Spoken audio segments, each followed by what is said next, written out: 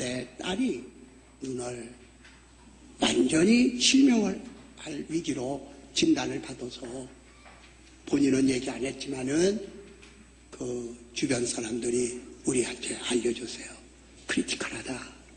내 아들이 그 미국에 가 있었는데 걔가 돌아와서 누나는 이제 앞을 못 봐.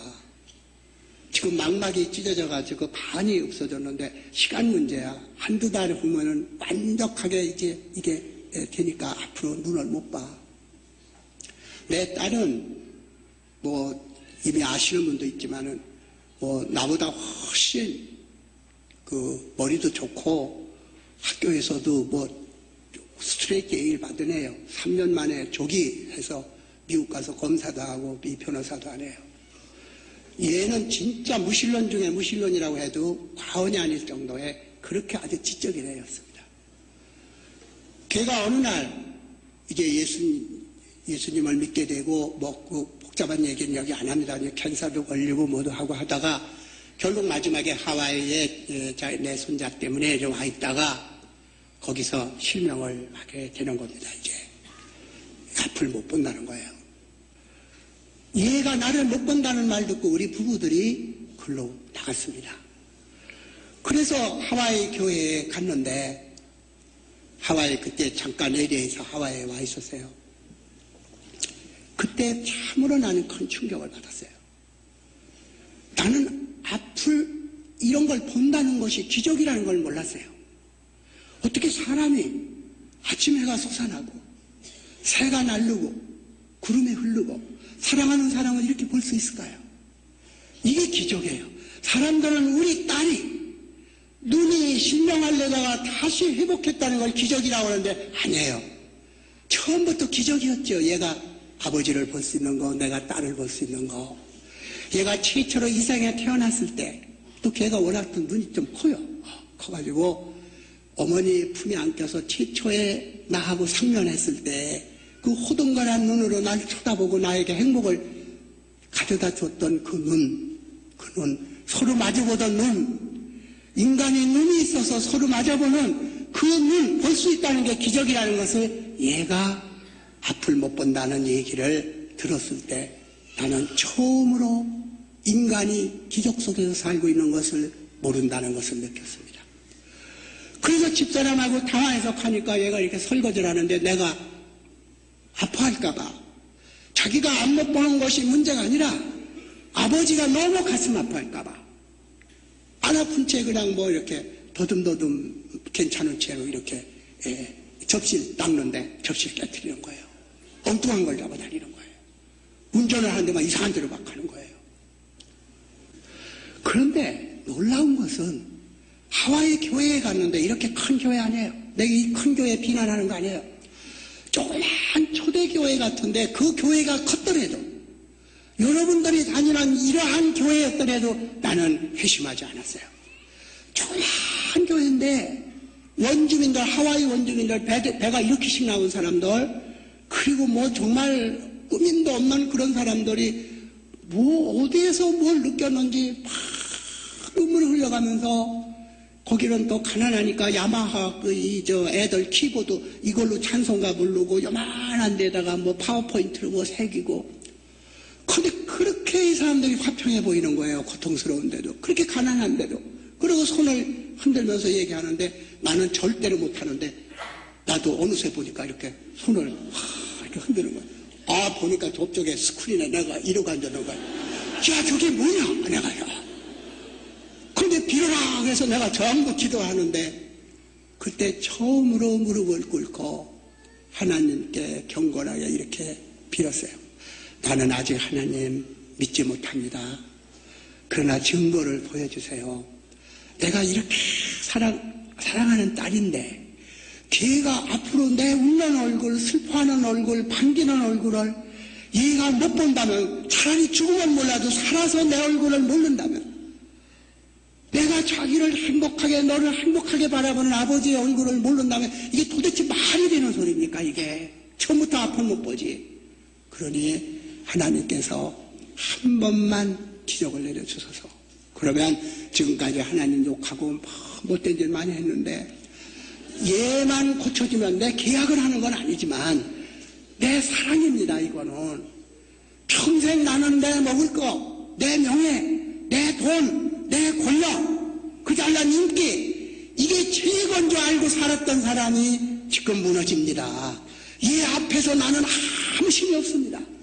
내가 기가 막힌 베스트셀러 쓰면 뭐랍니까? 시를 쓰면 뭐랍니까? 이 아픔을 요만큼도 못 보는데 애비로서 사랑을 주게 하소서. 한 번만 기적을 베풀어 주소서. 그러면 당신의 종으로, 그때 정신이 없는데도 그렇게 얘기했어요. 당신의 종으로 내가 가진 게 입하고 손밖에 없습니다. 말하는 재주하고 글 쓰는 재주밖에 없으니 이건 앞으로 당신께서 쓰십시오. 이걸 쓰십시오.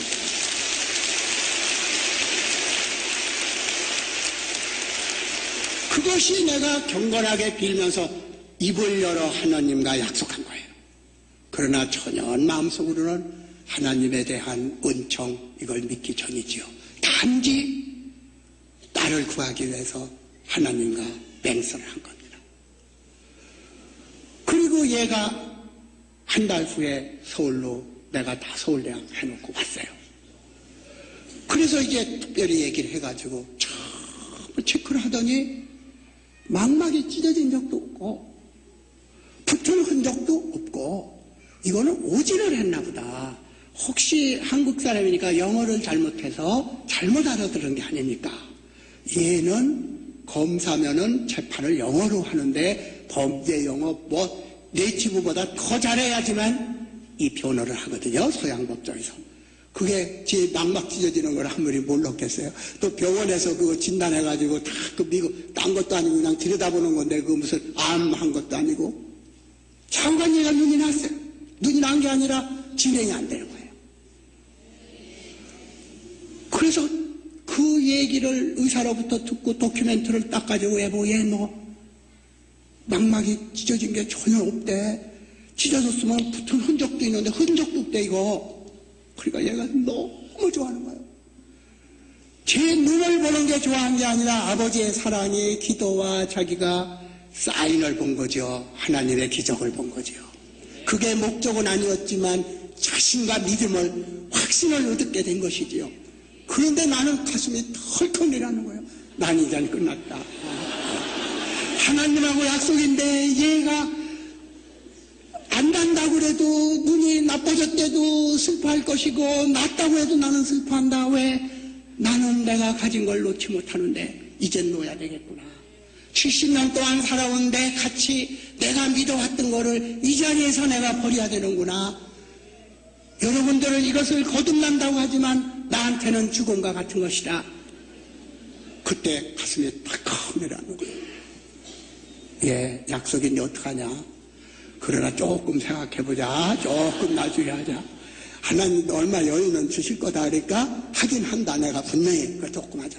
그 다음 하영정 목사를 만났어요. 하영정 목사 이제 믿으시죠? 증거를 보셨죠? 믿으시죠? 그 말씀 하지 마세요. 얘한테 이적이 일어났다는 얘기 하지 마세요. 나는 아직도 이적이라고 생각하지 않습니다. 많은 사람이 눈 고쳤다는 이적의 소문나면은 많은 사람이 그때 오병이어의 광야에 모여드는 사람처럼 그런 사람들이 교회로 몰려와서 교회가 흥성한다면 이건 하나님을 모독하는 겁니다. 사인에 불과한 겁니다. 그게 기독교의 메시지가 아닙니다. 어차피 걔도 죽고 나도 죽습니다. 걔 눈 뜨는 게 소망이 아니고 기적이 아닙니다. 영원히 살아서 사랑하는 사람끼리 영원히 함께 있는 삶, 이렇게 사랑하는데 헤어져야 한다는 거, 이걸 극복하는 이외의 기적은 없습니다. 나는 그 기적을 아직도 잘 모르기 때문에 저한테 시간을 주십시오. 그러니까 아주 절망한 표정을 하고 자매분이 이 세상을 정말 죽는 그런 것이 없이는 믿기 어려우시겠네요 라고 아주 섭섭해하세요. 조금 악단이지요. 그래도 나는 그냥 나 세례 조금 있다 받겠습니다 하고 왔어요. 그 다음날 얘는 너무 무슨 눈 때문에가 아니라 너무 기뻐가지고 아빠 나 내일이면 바로 갈래. 오늘 새벽 기도에 한영주 목사님하고 약속했어. 내가 아침 일찍 가서 기도 드리러 갈래. 근데 그날따라 너무 청명한 날이에요. 그날 조금 흐렸더라도 바람이 그렇게 푸성기처럼 파랗고 그렇게 삽상하지만 않았더라도, 그리고 우리 집이 좀 높은 데서 있었기 때문에 계단을 이렇게 내려가는데 얘가 그 사격에 그 신선한 아침에 계단을 막 내려가서 아빠 하고 나를 손을 흔드는데, 그 순간 얘는 평소에 가장 완벽한 아침을 이 어렵고 고통스러운 세상 속에서 가장 행복한 한 순간을 나는 본 거예요.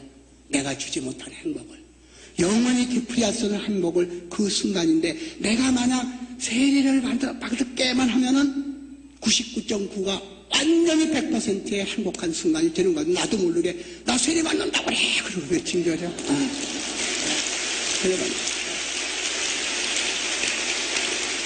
그러니까 얘가 모든 게 마지막 남는 게 사랑하는 어머니 아버지가 이터널한 라이프를 얻어서 사후에도 같이 만나야 되는데, 아버지 어머니가 못 믿으면 나는 영원히 헤어져야 될 거 아니냐. 얘의 꿈이 부모가 이 기독교에 회심하는 것을 꿈꿨는데, 그 순간에 내가 어제까지도 아니라고 하던 아버지가 손을 흔들면서 하 목사님 만나면 세례 받는다고 그래 그랬죠. 해놓고 또 아차 싶었지만은 에라 할 수 없다. 하나님이 사람을 이렇게 쓰는구나. 나도 모르게 그냥 막 그냥 부리네 속으로 생각하고 보냈어요. 그런데 그날 또 하나님께서는 참 저한테는 뜻하지 않는 일에 왜 하필 거기에 모 일간신문 기자가 있었겠습니까? 그 얘기를 듣고 다음날 커다랗게 전면에다가 지성에서 영성으로 제일 까시러지고 제일 그 뺀질뺀질한 이하무개가 드디어 세례를 받는다고 그런다 하는데요, 전화가 살아서 걸려오는 거예요. 그래서 목사님한테 약속은 반드시 지키지 마. 내가 아직 준비가 안 됐는데 한국에서는 못 받겠다. 그러면 또 기자들 몰려오고 사람들 몰려오면 그게 쉬우냐. 하루에도 몇만 명씩의 세례를 받는데 왜 내가 뉴스가 돼야 되느냐. 내가 무슨 특권을 누릴 수 있는 사람이냐. 있다면 매스컴에 이름이 알려진 건데 그걸 이용하려는 거냐. 그런 기독교는 난 싫다. 소리 소문 없이 조용하게, 이건 내 개인의 문제니까 절대로 세상에 안 알려지고 조용히 하겠다. 아, 그러면 어차피 그 라보스 소나타 할 때 일본에 가서 강연하기로 돼 있었거든요. 그 전부터 나는 기독교는 안 믿었지만 강연을 자주 했습니다. 거기 가면은 몰래 방 하나 빌려가지고 거기서 하자. 예, 그렇다면 좋습니다. 피하려고 한 게 거꾸로 라보스 소나타 취재하려고 온 서울에서 전부 기자들이 온 거예요. 그래가지고 내가 세례 받는다고 딱 들어갔더니 전부 거기다가 비디오 뭐 해가지고 기자회견을 하게 되는 거예요. 도망갈 수 없는 거죠. 여러분들 안 된 소리지만 하나님이 한번 찍으면 절대 못 도망갑니다. 아무리 도망가려도 안 되는 거예요. 내 딸이 그랬어요. 아버지, 나도 20년을 피해 다녔지만 이렇게 됐어. 아버지는 이제 시작한 거야.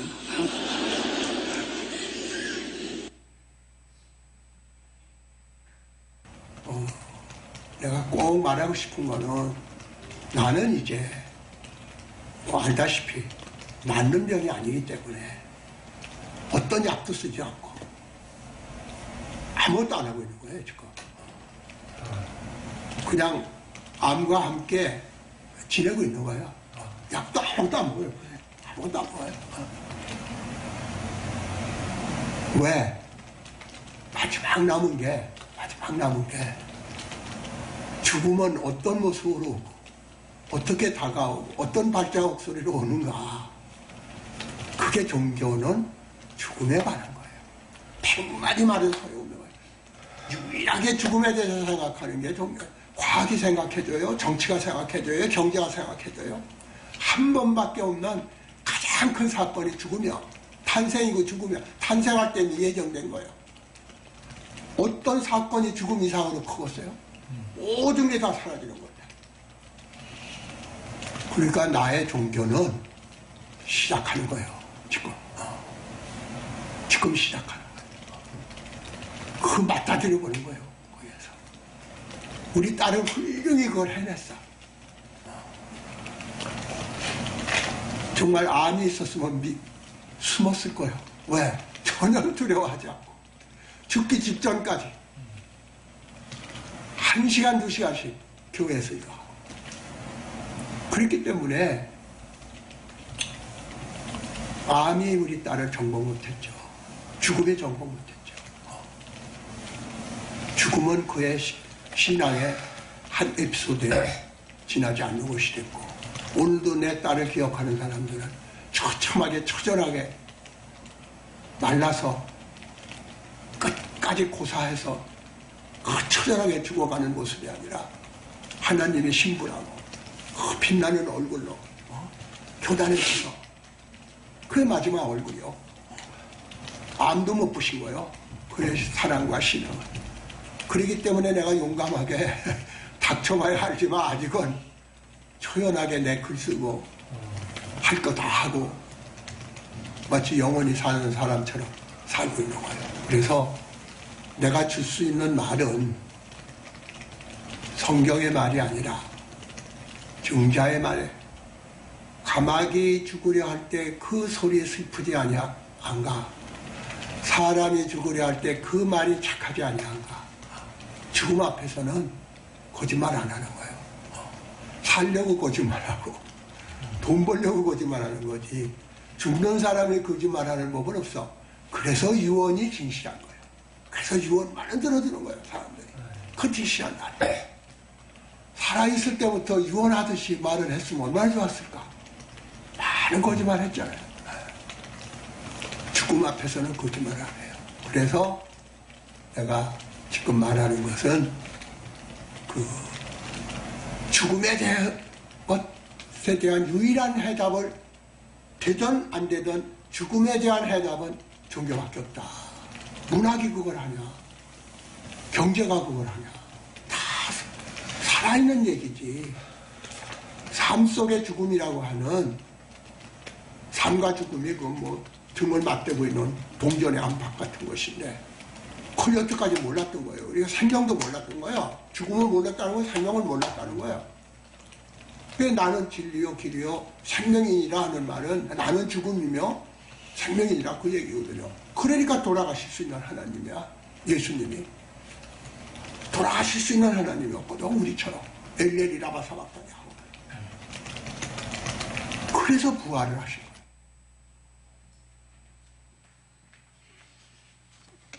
네, 70대의 이어령 교수 간증 내용하고 지금 87세인 지금의 그런 간증 내용이었습니다.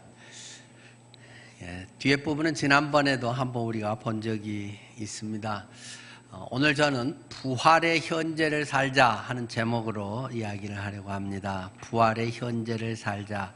예, 성경 본문은 고린도전서 15장 55절에서 마지막 58절까지 말씀입니다. 네, 고린도전서 15장 55절에서 58절 말씀. 사망아, 너의 승리가 어디 있느냐? 사망아, 내가 쏘는 것이 어디 있느냐? 사망이 쏘는 것은 죄요, 죄의 권능은 율법이라. 우리 주 예수 그리스도로 말미암아 우리에게 승리를 주시는 하나님께 감사하노니, 그러므로 내 사랑하는 형제들아, 견실하며 흔들리지 말고 항상 주의 일에 더욱 힘쓰는 자들이 되라. 이는 너희 수고가 주 안에서 헛되지 않은 줄 알미라. 아멘. 네, 우리 아이들에게 늘 미안한 생각이 듭니다. 동욱이가 할아버지한테 이 얘기 하더라네요. 예배 때 목사님이 말한 건 나는 하나도 뭔 말인지 모르겠어. 그래서 되게 미안하다. 그래서 제가 동욱이를 만나갖고 한 2번 미안하다. 우리 너희들 어른 예배 때 너희들에게 맞춰서 쉽게 설교를 해야 되는데 어른 예배 이렇게 같이 또 하고 또 이것을 영상을 찍어서 홈피에다가 또 올려야 되고 하다 보니까 어린애들 그 식으로 해가지고 또 하다가 뒷부분에 건 또 어른들 걸 붙이고 하면 이게 잘 안 어울려가지고 그러지도 못하고 해서 많이 미안한데 좀 이해해 주라 하고 제가 양해를 구하긴 했습니다만 아이들하고 청소년들에게 조금 미안한 마음은 늘 있습니다.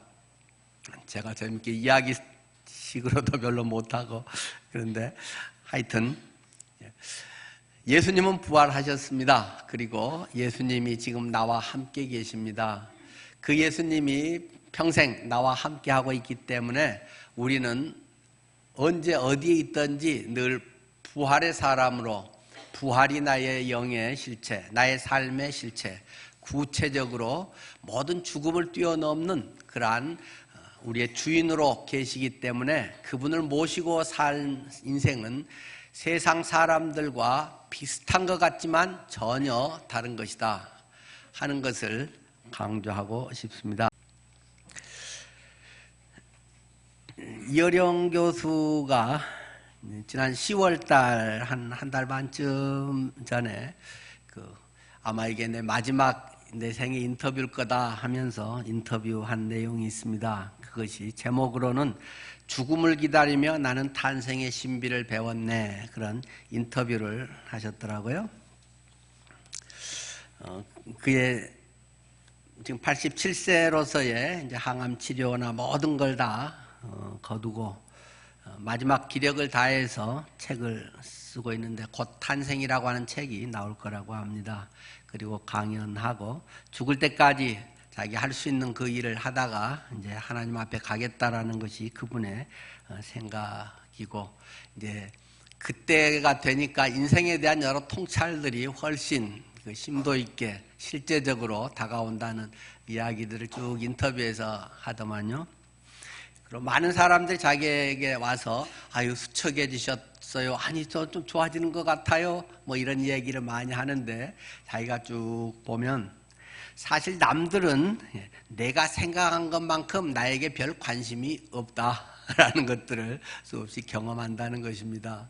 우리도 그렇잖아요. 나올 때 뭐 이게 어울릴까, 이게 멋있을까, 이 옷이 뭐 몇 년 됐는데 어쩌고 뭐 이런 여러 가지 막 고민하지만 실제 봐주는 사람은 거의 없고, 뭐 누가 멋있어요라고 해도 그냥 지나가는 얘기로 하지 그것에 별로 그렇게 사람들은 관심 없다.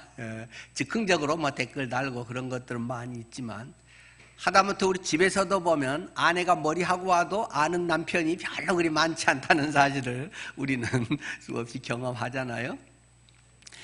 뒤집어서 이야기를 하면 사실 내 인생에 대해서 남들이 뭐라고 이렇게 저렇게 뭐 그때 순간순간 지나가는 이야기 하지만 그들이 그렇게 관심이 있고 그렇게 뭐 중하게 여기는 건 아니다. 그러니까 남의 이야기에 그렇게 휘둘리면서 할 필요 없다. 남이 뭐라고 한다고 해서 와 진짜 그런가 보다, 뭐 좀 좋은 소리 한다고 해서 막 존재 가치가 높아지고, 누가 뭐 싫은 소리나 무시한다고 해서 막 무기력해지고 그럴 필요 없는 것이다. 나는 나로서의 하나님 앞에서의 나는 나의 삶을 뚜벅뚜벅 걸어가는 것이고, 그러다가 그 걸음이 끝이는 날이 주님 만나는 것이고, 우리의 삶이라고 하는 것은 그렇게 남에 의해서 좌우되는 거 아니다. 남 시선 보려고 너무 그렇게 돈 쓰고 시간 쓸 필요 없다라는 이야기를 이제 이어령 교수 하는 것이 좀 많이 공감이 되네요. 그러면서 우리의 삶이라고 하는 것, 우리의 인생에서 때로 참 안 태어났으면 좋겠다. 요즘 뭐 헬조선이라는 말이 나온 지가 참 오래돼가고 살기가 많이 팍팍해지잖아요. 며칠 전에 뭐 짐 로저스 이야기나 또 책이 계속 최근에만 3권이 지금 막 쏟아져 나오는데, 앞으로 한 5년이 한반도를 중심으로 한 이 주변에 굉장히 어려워진다. 세계적인 어려움이 급격하게 2020년부터 다가오고, 미국에서나 또 그런 데서 급격히 나타나기도 되고, 미중과 무역관계, 또 이미 다른 주변 나라에서 그러한 것들이 벌써 이미 많이 시작이 됐다 하는 뭐 이야기를 수없이 하잖아요. 그러면서 또 그 양반이 또 늘 강조하면서 하는 거는 남 얘기 절대로 듣지 마라. 그러니까 뭐 그 양반 이야기도 무시해야 되겠지만은, 그러나 가장 활발하게 현지를 움직이면서 하는 세계 3대 투자자로서 조금 참고할 만한 부분은 있다고 봅니다. 그만큼 뭐가 어떻게 될지는 모르지만 지금 세계는 앞으로 몇 년간에 급변하게 돼 있는 것이다. 여러 가지가 이미 특히 경제적인 또는 정치적인 이런 것에서 아주 지금 소용돌이를 이미 맞이하고 있는 것이고, 그것이 가시화되는 것은 지금 시간 문제다 하는 것이 이제 그분의 주장이고, 거기에 대한 이제 책들이 2권 나왔고, 한 권은 지금 이제 12월 달에 일본에 대한 책이 또 나오죠. 어쨌든 한국에 대한, 한반도에 대한 앞으로의 5년에 관계된 것만도 좀 두툼한 책으로 한 권이 벌써 나와 있습니다. 우리 앞으로의 삶이 그렇게 만만치 않다라는 것들이 지금 수없이 우리에게 들려오는 이야기고, 그것이 최근의 이야기만 되겠습니까? 계속 반복되고, 우리 역사상 그렇게 평화롭고 괜찮다, 잘 된다라고 한때는 또 거의 없었지 않습니까? 어쨌든 그럼에도 불구하고 지금까지 경험하지 못한 그런 상황이 바로 지금 2020년부터 우리에게 다가온다라는 것이 그분의 아주 강력한 주장인 것을 보기도 됩니다. 자, 그런 어떤 우리의 삶에서 인간은 내 의지로 태어난 건 아니다. 태어나져 있는 것이고, 그렇기 때문에 많은 사람들이 닥쳐올 이런 현실의 문제, 현실의 직업의 문제, 돈의 문제, 건강의 문제, 정치적 여러 소용돌이 문제, 이런 것들이 지금 우리를 급속하게 끌어가고 있는 그때 자칫하면 우리가 거기 휩쓸려서 지금 가기 십상이고, 많은 사람들은 그런 상황에서 제일 쉽게 할 수 있는 게 부정한다는 것입니다. 거기에 대해서 자기를 차단시켜버리는 것이죠. 극단적인 경우에 이제 자살이라고 하는 이런 상황들이 있고, 제 주변에서도 그런 사람들이 근래에 또 있어서, 어쨌든 지난 주간에도 그런 소식을 제가 듣고 상당히 무거운 마음을 가졌습니다.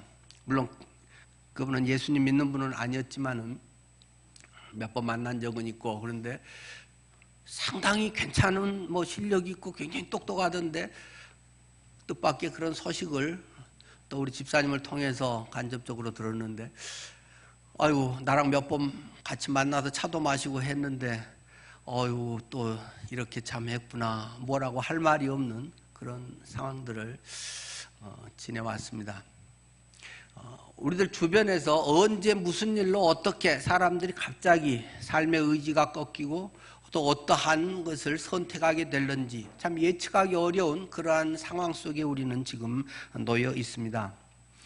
가장 쉬운 것이 부정이다. 이어령 교수는 그 이야기를 그 인터뷰에서 강조하더라고요. 가장 사람들이 에이씨 말아버리지 뭐든지 부정하는 거, 그것이 제일 쉬운 일이다. 그건 누구나도 하고 본능적으로 할 수 있는 일이다. 그러나 실제 쉽지 않은 것이 긍정하는 것이다. 우리의 삶에서 이런 세상 살면 뭐하냐? 죽어버리지. 그것은 물론 죽는다는 것은 굉장한 또한 결단과 어려움이겠지만은, 그러나 삶의 의미를 발견하고 그 속에서 가치를 추구해가면서 산다고 하는 것이 말같이 그대로 쉬운 건 아니라는 것입니다. 크리스찬의 삶이 추구해야 되는 것이 그러한 모습인 것은 분명히 맞는데, 그냥 예수님 믿으면 자동으로 에스컬레이터에 타 있으면 저 위에까지 실어다주고 그런 것처럼 신앙이라고 하는 것은 되는 것이 아니라는 것입니다. 매 순간순간의 고민과 매 순간순간 하나님을 의지하면서 하나님 안에서 때로는 실수도 하고 때로는 실패 같은 고통도 겪고 생각지 않았던 어떤 봉변을 당하기도 하고, 그러한 가운데서 깎이고 빚어지며 하나님의 사람으로 세워지고 그 속에 담겨져 있는 하나님의 귀한 뜻이 제대로 이제 빛을 발하고 자기의 삶의 의미가 발현되는 것이 우리들의 삶이라고 하는 것을 우리가 놓칠 수 없습니다. 그러면서 그 이어령 교수는 굉장히 강조하는 것이 모든 것이 선물이었다라는 것을 본인이 새삼 절절히 느끼고 있다. 모든 게 선물이다. 내 집도, 내 자녀도, 내 책도, 내 지성도 분명히 내 것인 줄 알았는데 다 기프트였습니다.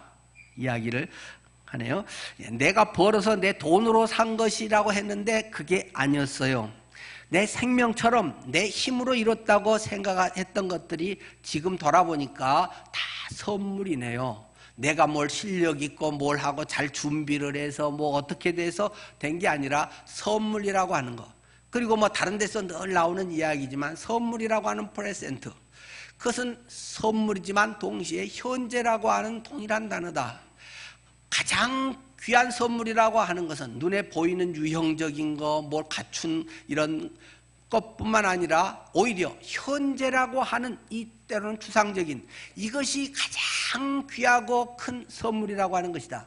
내 인생의 삶에서 가장 귀한 선물은 지금 내가 살아서 여기 발 딛고 있고 밥을 먹을 수 있고 가족을 사랑하는 가족을 만날 수 있고 만질 수 있고 사랑하는 사람들과 뭔가 대화를 할 수 있고 내가 이렇게 예배를 할 수 있고 하는 가장 쉬운 가장 소박한 숨 쉴 수 있는 이러한 것이 우리의 가장 큰 선물이라는 것을 자기가 이제 87세 지금 이제 세상 떠날 날이 몇 달 안 남은 또는 뭐 한 1년 또 될지 알 수 없는 지금 자기가 절절히 느끼는 굉장히 소중하다고 생각한 내가 잘해서 돈 벌었는데 라고 하는 것이 그게 아니라는 걸 절절히 느낀다는 그런 그 인터뷰를 했더라고요.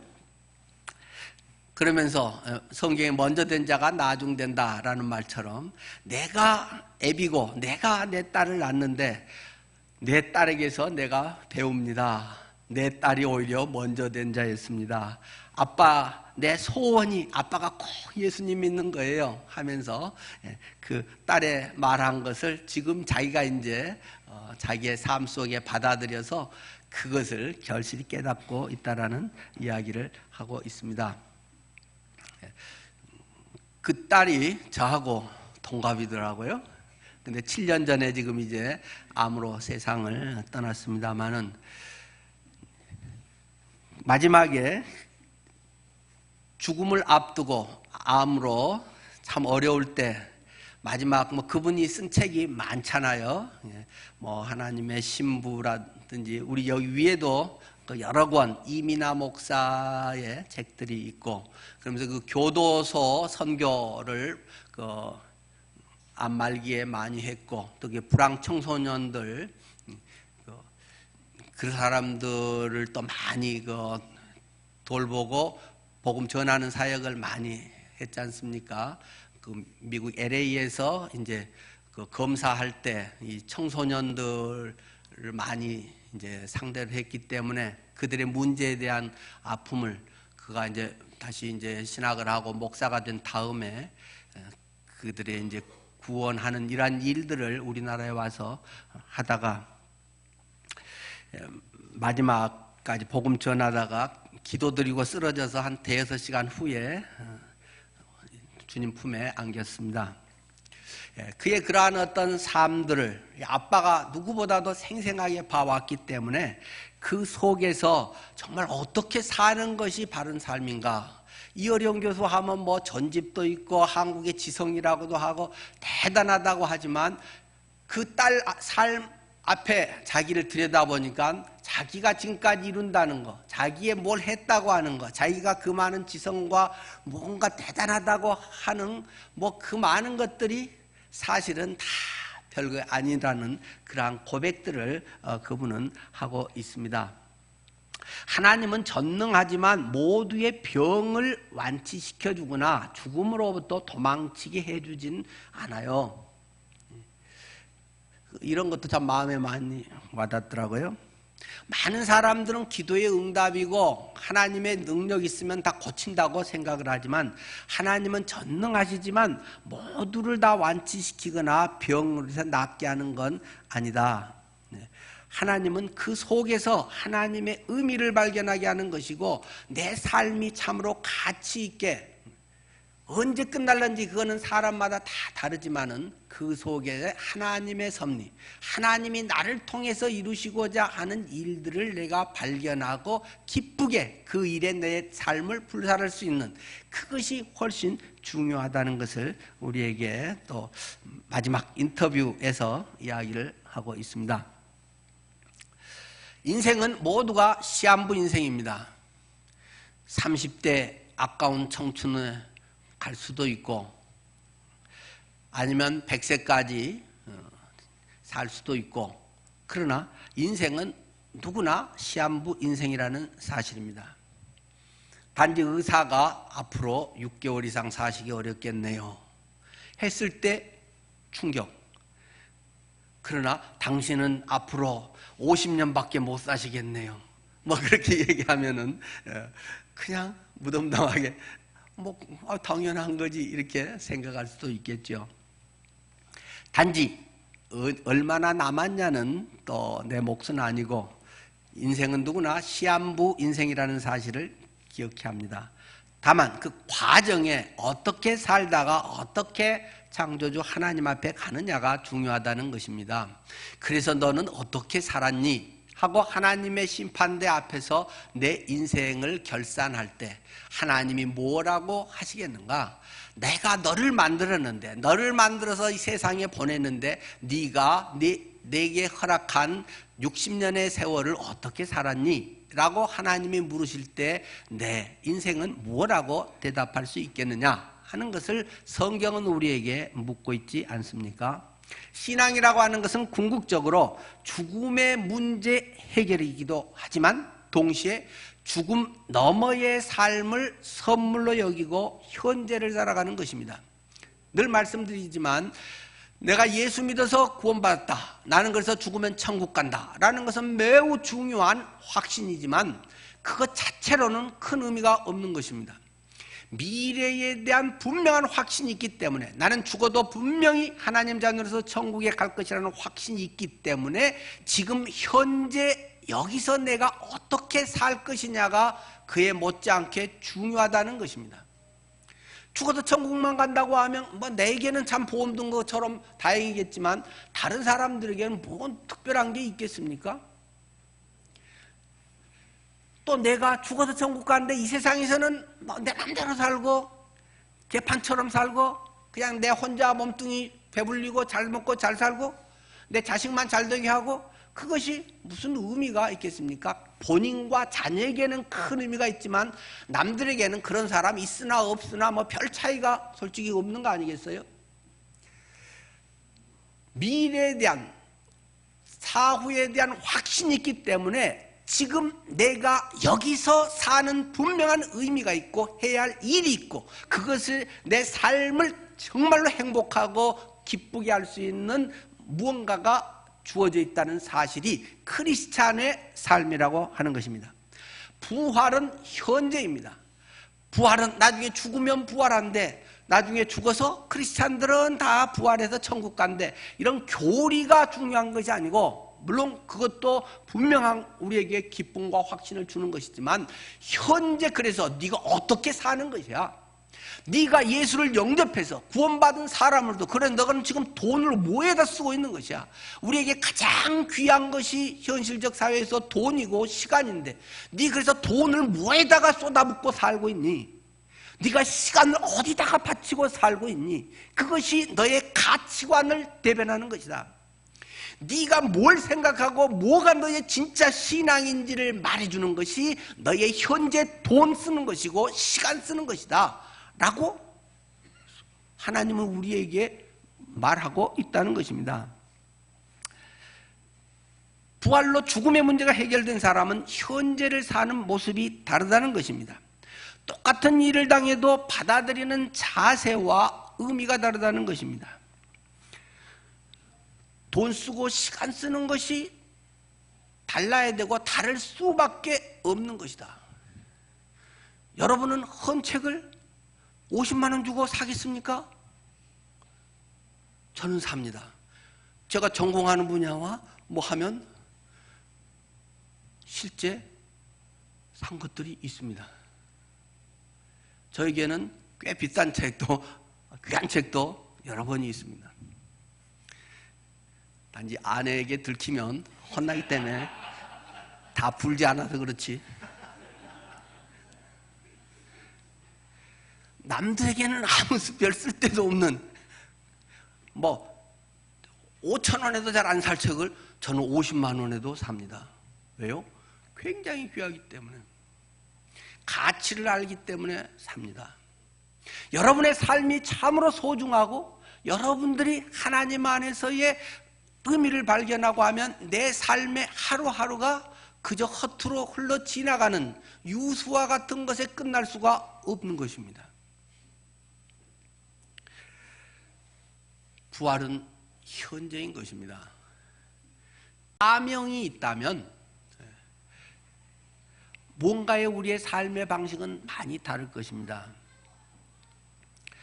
손가락 밑에 가시만 하나 막혀도 아파 하고 막 하고 종일 집에서 짜증스럽게 이럴 사람도 있지만 팔이 하나 잘라진 사람이 밖에 막 홍수가 나서 사람이 떠내려가고 막 살려주세요 하고 막 그것을 막 본다면 그 사람은 나가서 한 손으로라도 뭘 던져주면서든 여기 잡으세요 하고 막 사람을 건져내지 않겠어요? 내가 지금 현실적으로 나의 문제가 크고 어렵지만 그것만 바라보면 삶의 의미가 없고 뭐 죽고 싶고 내가 뭐 이런 장애인으로 어떻게 살까 밤낮 그것을 집중 연구를 하게 되겠지만 남이 눈에 들어오고 더 중요한 것들을 발견하게 되면 그것을 위해 살다가 보면 이러한 것들이 오히려 더 약할 때 강함이구나. 내가 그래서 집에 있어서 저 사람을 건질 수 있는 기회, 장소가 생겼구나. 뭐 이렇게 알 수도 있는 것이겠죠. 우리의 삶에 무엇을 보느냐, 무엇을 발견하느냐, 내 삶의 존재의 의미가 어디에 있는가를 발견하게 되면 우리의 삶은 전혀 새로운 모습으로 달라질 수 있는 줄 압니다. 그렇기 때문에 오늘 본문의 말씀처럼 사망아 너의 승리가 어디 있느냐, 죽는다는 것 앞에서는 다 사람이 위축되기 마련이지만 네 죽어. 사망아 네 승리가 어디 있느냐, 죽어. 그래서 사망아 네 승리가 어디 있느냐, 네가 이겼다고 죽였다고 인간의 최고의 가장 중요한 그것이 죽음으로 끝난다고? 아니야. 나는 부활이 있어. 부활을 사는 사람이기 때문에 이 세상에서의 삶의 의미와 방법이 나는 다를 수 있는 거야 라고 선포할 수가 있는 줄 압니다. 그것의 비밀은 어디 있습니까? 57절에 있는 거죠. 우리 주 예수 그리스도로 말미암아 우리에게 승리를 주시는 하나님께 감사하노니. 우리 주 예수 그리스도로 말미암아. 주 예수가 빠지면 세상 사람이 있죠. 세상 사람같이 살 수밖에 없는 거죠. 세상 사람들의 돈 쓰고 시간 쓰는 그 가치관을 쫓아가고 그 자녀에 대해서도 그것이 되면 행복하고 아니면은 실패자처럼 맨날 아둥바둥 살게 돼야 되는 거죠. 그러나 주 예수 그리스도, 그분은 인간의 최고의 난관, 인간이 절대 뚫을 수 없는 죽음의 문제를 통과해서 부활하심으로 말미암아, 부활의 영으로 내 안에 살아계심으로 말미암아 나도 영원한 천국이 보장됐을 뿐 아니라 지금 이 자리에서 부활의 삶을 살아가게 된다는 것입니다. 내가 그리스도와 함께 십자가에 못 박혀버렸다. 그런 즉 이제는 내가 사는 것이 아니라 오직 내 안에서 예수가 살아가는 것이다. 부활하신 그분이 살아가는 것이 신앙이다. 조금 더 힘내야지, 주님이 도와주실 거야. 이것은 뭐 모든 종교가 다 똑같은 것이고 그것은 복음도 아닙니다. 나는 죽음에 이르러 버렸고 죽음을 통과해서 부활의 주님이 내 안에서 그분이 살아가시고 그분의 능력으로 살아가시는데 그것이 믿음으로 사는 것이다. 나를 위하여 자기 자신을 버리신 하나님의 아들을 믿는 믿음 안에서 사는 것이다. 오직 의인은 믿음으로 말미암아 사는 것입니다. 지식으로 말미암아 사는 거 아닙니다. 교리로 말미암아 사는 것 아닙니다. 그건 이단에 빠지지 않게 도와주는 울타리지 믿음으로 사는 것입니다. 내가 정말 부활했느냐? 예수님이 부활하신 것을 확신하느냐? 그러면 네가 그렇게 돈 쓰고 시간 쓰고 사느냐? 그것이 성경이 우리에게 질문하고 있는 내용이라는 말입니다. 여러분들의 삶이 나는 죽고 부활하신 예수 그리스도로 살아가시는 성령이 내 안에서 일하고 능력이 되고 그분의 관점으로 살아가는 우리가 되기를 원합니다. 기도하겠습니다.